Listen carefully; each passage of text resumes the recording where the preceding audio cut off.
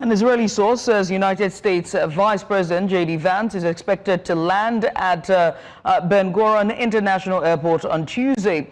Now, Vance is expected to head south to the headquarters of the emerging U.S. International Task Force that will oversee the implementation of the Gaza Ceasefire. The source says the U.S. Vice President is not meeting with Prime Minister Benjamin Netanyahu today, as that meeting is expected later in the visit. In the meantime, Israel has confirmed that the remains of a hostage held in Gaza, returned by Hamas a day earlier, had been identified as those of Tal Haimi, who was killed on 7th October 2023. And now for more on this, I'm joined by our senior international correspondent and anchor, Afua Hagan. Afua, tell us, what's the latest on the bodies of the hostages being returned from Gaza?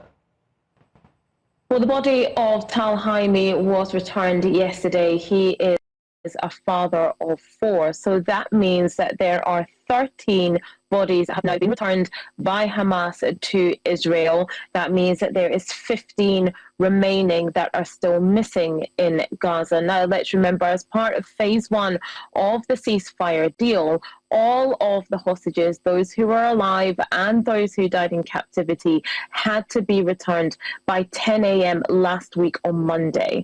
That is still not happened now. Like I said, 15 bodies are still missing. Hamas has said the reason for this is that some burial sites are simply not known, that the rubble of the destroyed buildings is making it very, very hard to locate those bodies. Remember, about 80% of buildings in Gaza have been destroyed, and some bodies may be in areas that Hamas no longer controls and therefore cannot get into those areas to access those bodies. Hamas has said previously that recovering the bodies could take time, and that's what we are seeing playing out. Meanwhile, families of those hostages, of those people expecting those bodies back so they can give them a proper burial, are getting more and more upset about this, more and more angry about this as the days go on.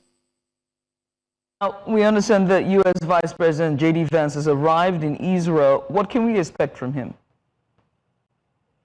Has arrived in Tel Aviv earlier on today. Now, he is going to be sort of overlooking how the ceasefire is going.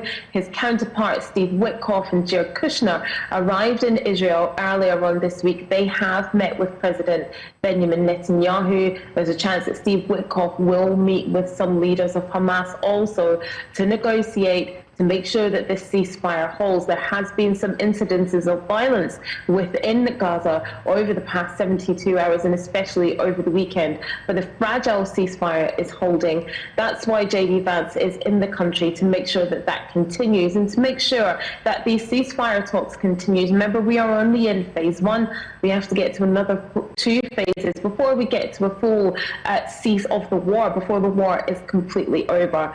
So I think the presence of these 3 people, Steve Witkoff, Jared Kushner and Vice President J.D. Vance, is all about making sure that that ceasefire can and will hold. Afua, many thanks. Afua Hagan, our international correspondent, senior international correspondent and anchor, they're giving us insight just ahead of the arrival of the Vice President of U.S.